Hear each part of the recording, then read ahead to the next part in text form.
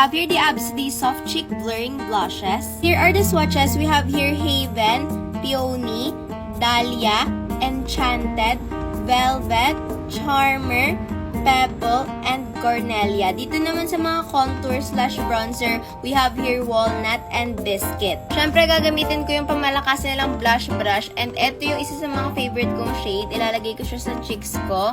Eto siya. This is in the shade Charmer. Tingnan nyo naman kasi, nakaka-charming naman talaga yung shade na yan. Perfect to sa mga mahilig sa mga pinkish na blush. Ayan, no?